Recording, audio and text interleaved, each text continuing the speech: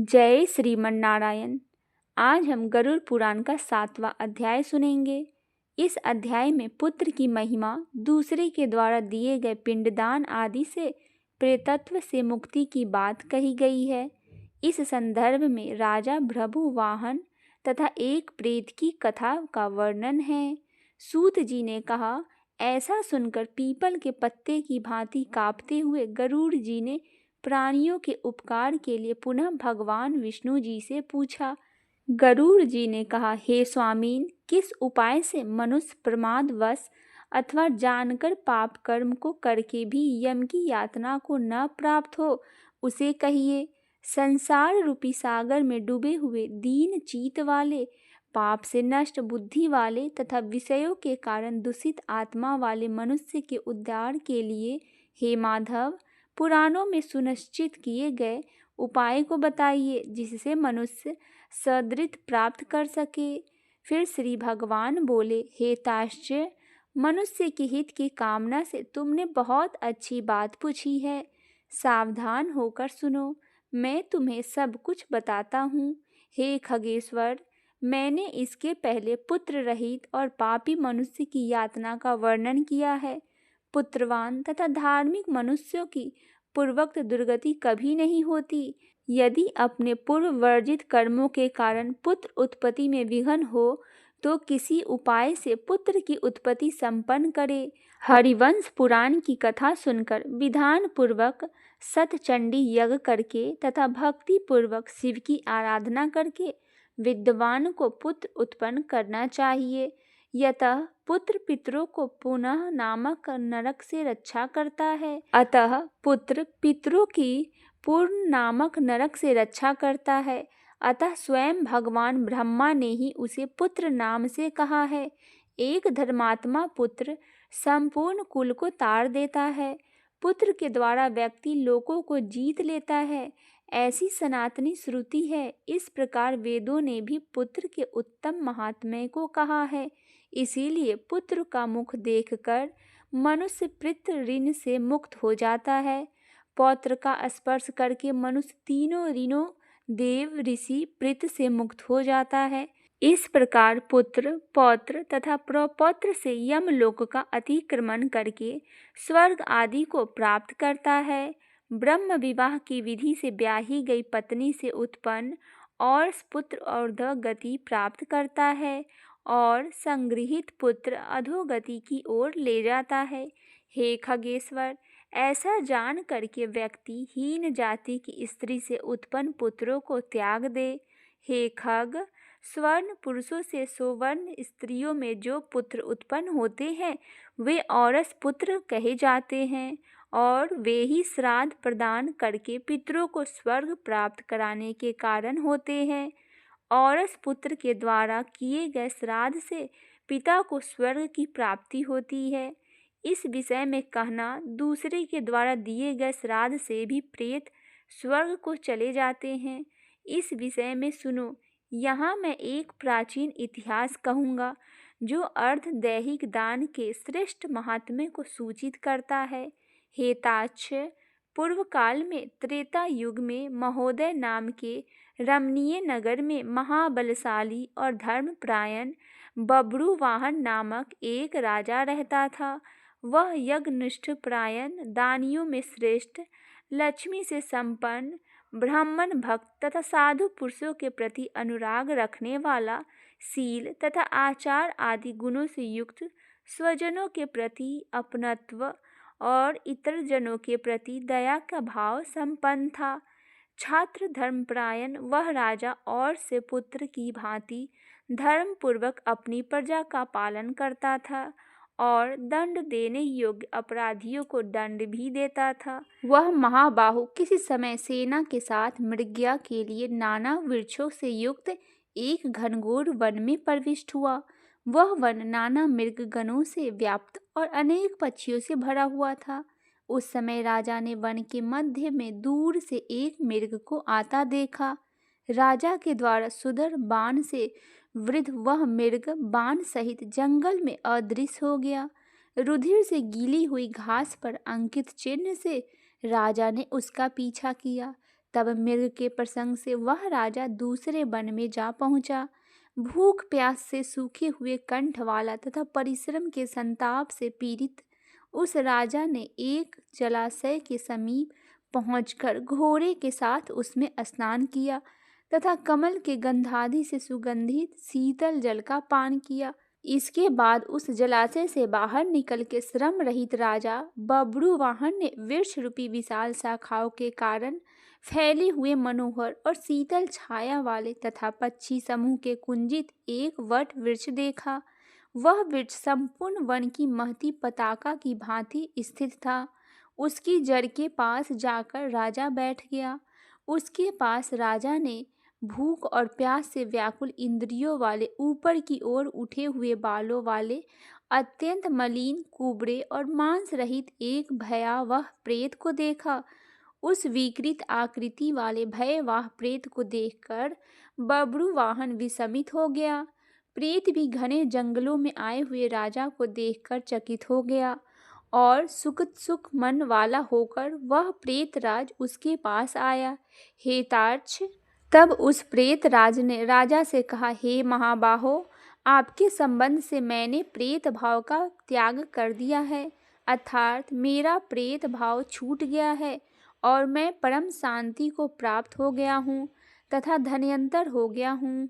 राजा ने कहा, हे कृष्ण वन वाले तथा भयवाह रूप वाले प्रेत, किस कर्म के प्रभाव से देखने में डरावने लगने वाले और बहुत ही अमंगलकारी इस प्रेत तत्व स्वरूप को तुमने प्राप्त किया है। हे तात, अपने प्रेतत्व की प्राप्ति का सारा कारण बताओ।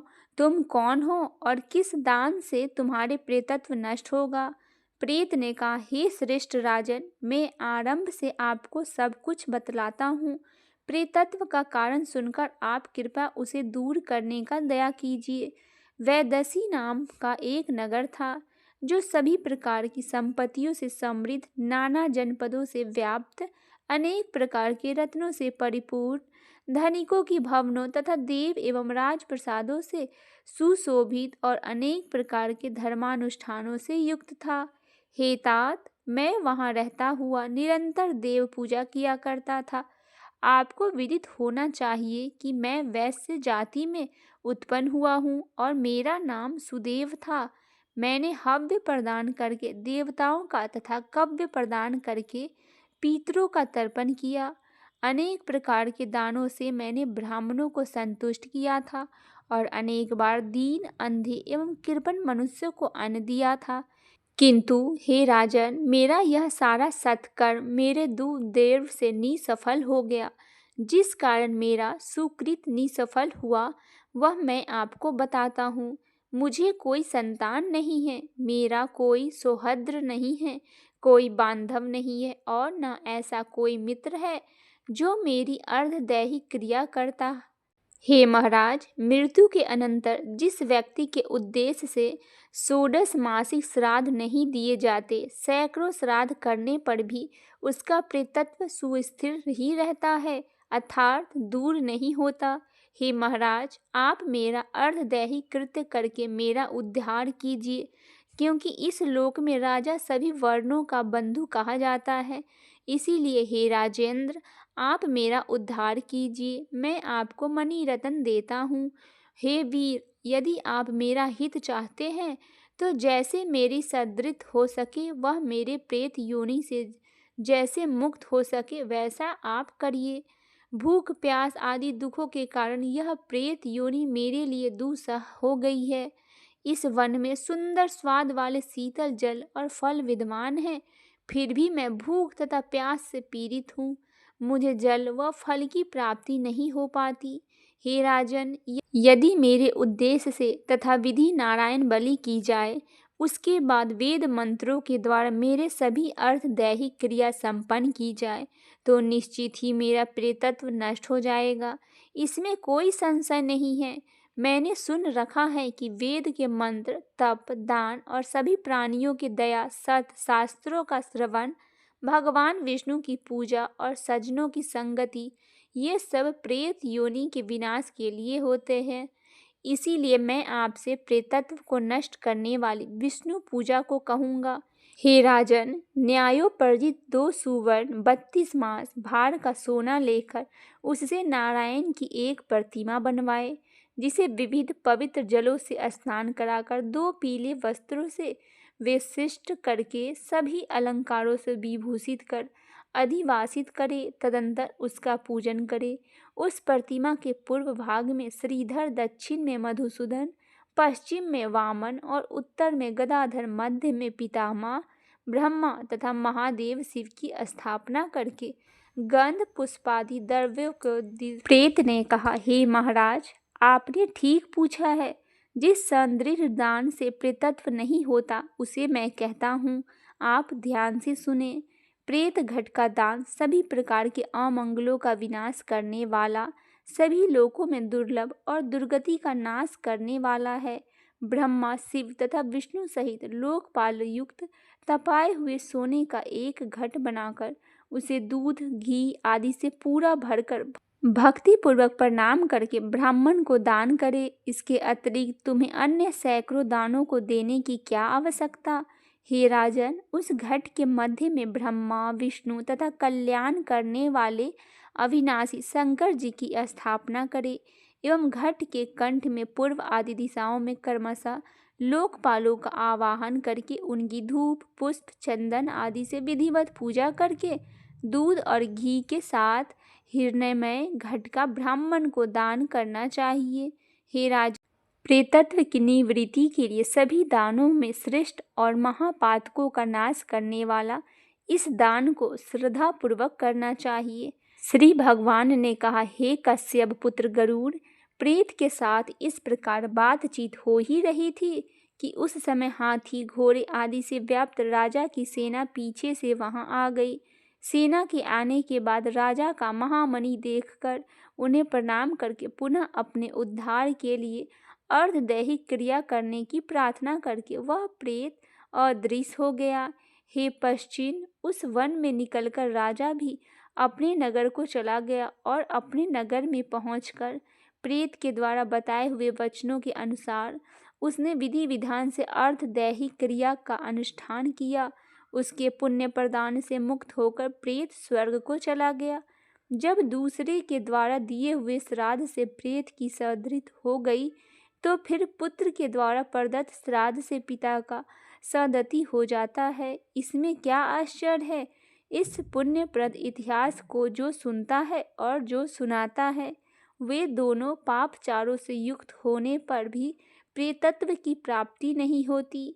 इस प्रकार गरुड़ पुराण के अंतर्गत सारोद्वार में बब्रू वाहन प्रेत संस्कार नामक 7वां अध्याय पूरा हुआ। बोलिए लक्ष्मी नारायण भगवान की जय। अगर अभी तक आपने गरुड़ पुराण का पिछला अध्याय नहीं सुना है तो चैनल पे जाके गरुड़ पुराण के सभी अध्याय को आप अवश्य ही सुने। जय श्रीमन नारायण।